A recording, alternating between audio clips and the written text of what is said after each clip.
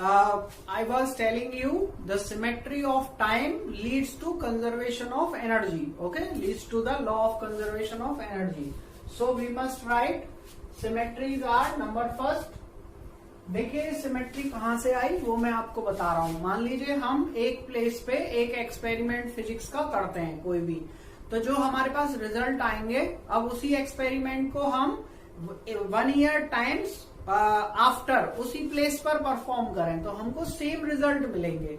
इसका मतलब time pass होने के साथ साथ जो रिजल्ट्स थे, फिजिक्स के जो रिजल्ट्स थे वो अनचेंज रहे.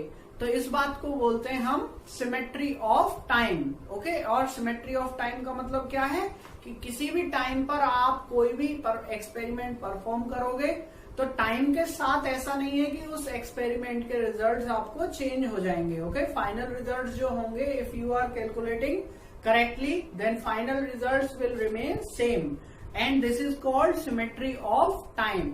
और इस सिमेट्री ऑफ टाइम की वजह से ही क्या हुआ, law of conservation of energy develop हुआ. Okay, so I must write if we perform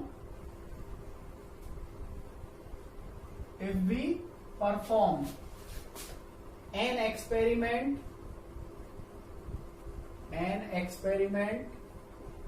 of physics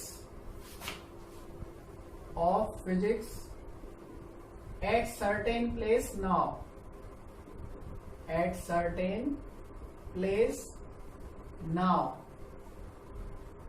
and then we perform that experiment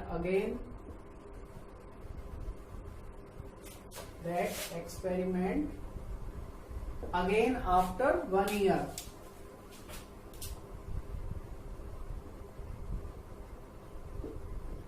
After 1 year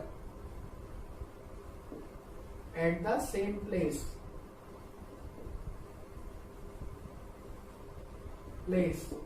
then the results will remain unchanged.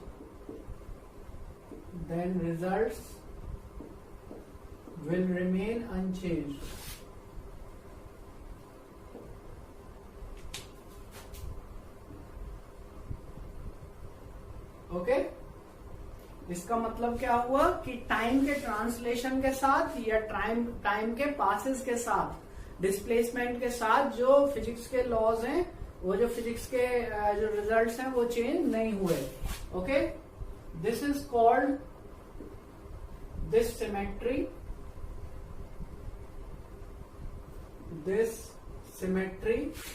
with respect to displacement of time, with respect to translation or displacement of time. Translation or displacement of time is called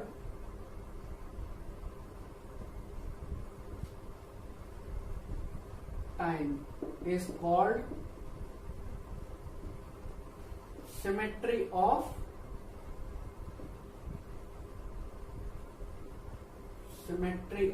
time.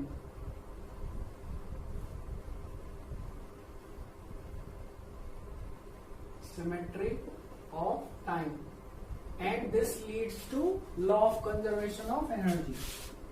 This leads to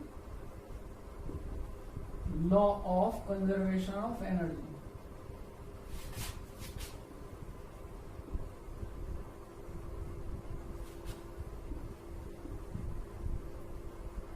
okay, moreover आप इसको इस तरीके से भी समझ सकते हो कि जितनी एनर्जी किसी एक्सपेरिमेंट को परफॉर्म करने में 1 साल पहले थी, उतनी ही एनर्जी उस एक्सपेरिमेंट को परफॉर्म करने में 1 साल बाद भी अवेलेबल होगी. सो this is called law of conservation of energy. और ये कहां से आया है, टाइम से आया है, टाइम की सिमेट्री से आया है. Okay, now come to second type of symmetry.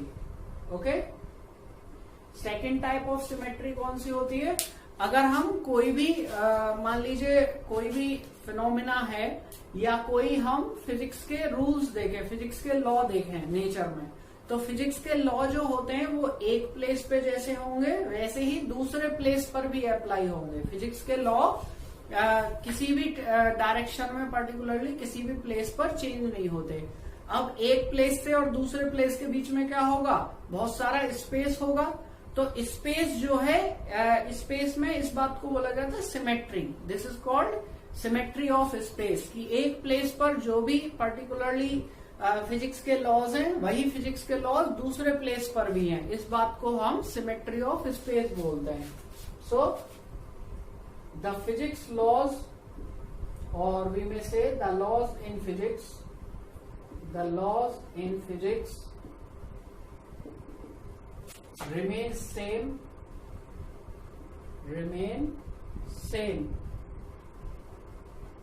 at all places, okay, in universe, okay. This symmetry of nature, this symmetry of nature is called symmetry of space, symmetry of space, okay।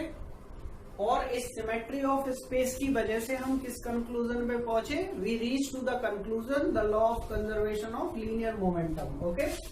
This symmetry of space, this symmetry of space leads to the law of conservation of linear momentum, okay, linear momentum। तो आपको इसमें इन बातों में क्या चीज आपसे पूछी जा सकती है, आपसे ये पूछा जा सकता है कि कौन सी सिमेट्री के करस्पॉन्डिंग कौन सा लॉ ड्राइव होता है।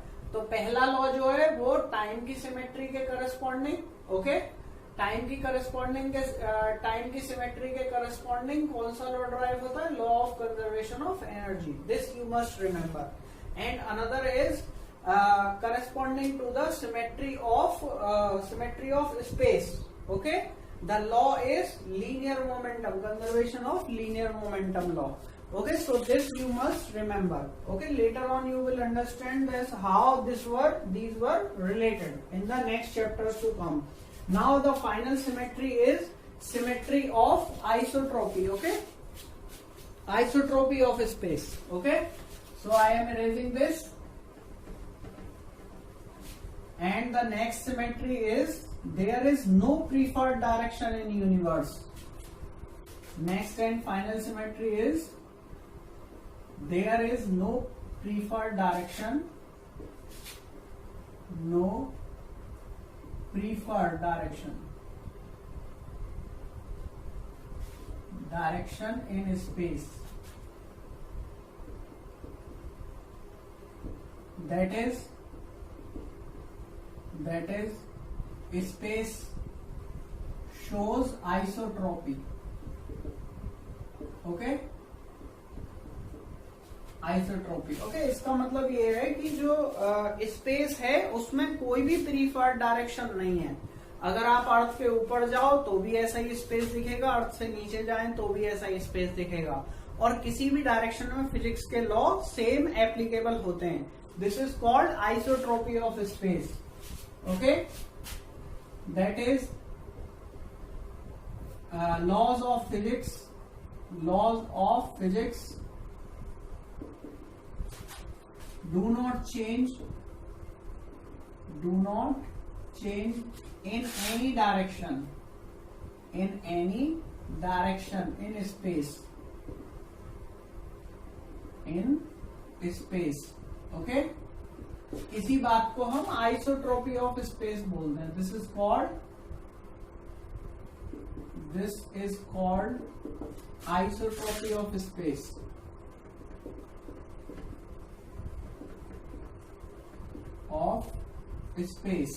okay। And this isotropy of space leads to law of conservation of angular momentum, okay। This is called isotropy of space, and this leads to leads to law of conservation of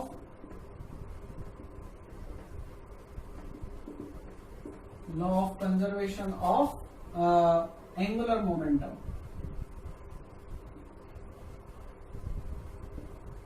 okay, तो हमने आपको 3 laws conservation law बताए और 3 conservation laws के साथ में ये 3 symmetry थी. अब एक कंजर्वेशन लॉ बच गया है जो कि है law of conservation of charge. Okay, and that was third law. Okay, it was fourth law. Okay, fourth remaining law was law of conservation of charge. तो मैंने इसको सेपरेट रखा है. इसमें क्यों सेपरेट रखा है? क्योंकि 3 जो लॉज फर्स्ट वाले थे उनके करस्पॉन्डिंग 3 सिमेट्रीज थी, बट इसके करस्पॉन्डिंग कोई सिमेट्री नहीं है. So I have spare this at last. Okay, so we may write law of conservation of charge. Law of conservation of charge. Okay, so what this law says, this law states that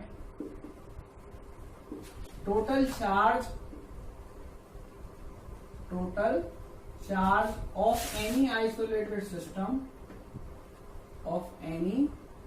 isolated system always remains conserved. Okay, इसका मतलब ये है कि charge basically एक quantity होती है जो number of electrons को बताती है. किसी ऑब्जेक्ट पे कितने नंबर ऑफ इलेक्ट्रॉन्स कम है या कितने ज्यादा हैं. और ये क्या होती है? फंडामेंटल प्रॉपर्टी होती है किसी भी मैटर की.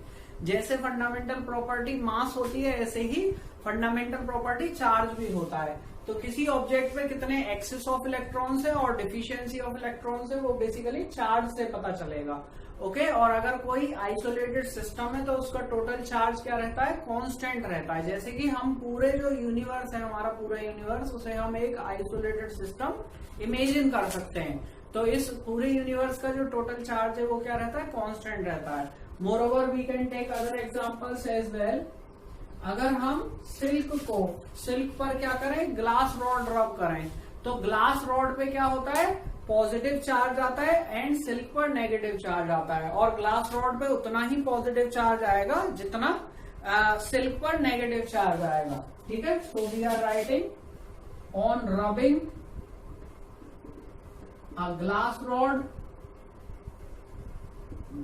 Rod okay with silk. The glass rod acquires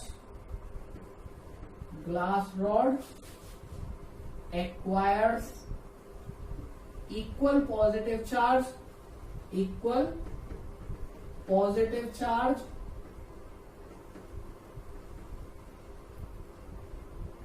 that much negative charge is acquired. Negative charge is acquired by silk. Okay, अब देखिए इसका मतलब क्या है. मान लीजिए ये ग्लास रॉड है और मान लीजिए ये सिल्क है. ओके, तो इनिशियली इन दोनों पर कोई भी चार्ज नहीं है. इन दोनों का टोटल चार्ज कितना है? 0. अब अगर हम इसको ऐसे रब करते हैं तो इस पे जो ग्लास रॉड है पॉजिटिव चार्ज आता है और सिल्क पे नेगेटिव चार्ज आता है. तो जितना इस पे पॉजिटिव चार्ज आता है उतना ही इस पे नेगेटिव चार्ज आता है. दोनों का सम करिए तो वो जो है 0 ही रहेगा. यानी कि मान लीजिए इस पर -2e चार्ज आया तो इस पर +2e चार्ज आएगा. 2e मतलब इलेक्ट्रॉन के बराबर. 2 multiply charge on an electron which is 1.6 into 10⁻⁻19 coulomb. Okay, so this you must remember कि इन दोनों का चार्ज जितना पहले था रगड़ने से पहले उतना ही दोनों का बाद में भी रहेगा. सम करने पे इस पर नेगेटिव चार्ज आ गया, उस पर उतना ही पॉजिटिव चार्ज आएगा. So this is how these conservation laws are there and this is how conservation laws are related with symmetry in nature. So you must remember all these and this is all about this topic. So for now we are finishing. Thank you for watching and keep on watching and write your doubts in the comment box and the link for last videos I have just written in the description box. Okay, so try to find out other videos as well before just going through all this. Thank you for this.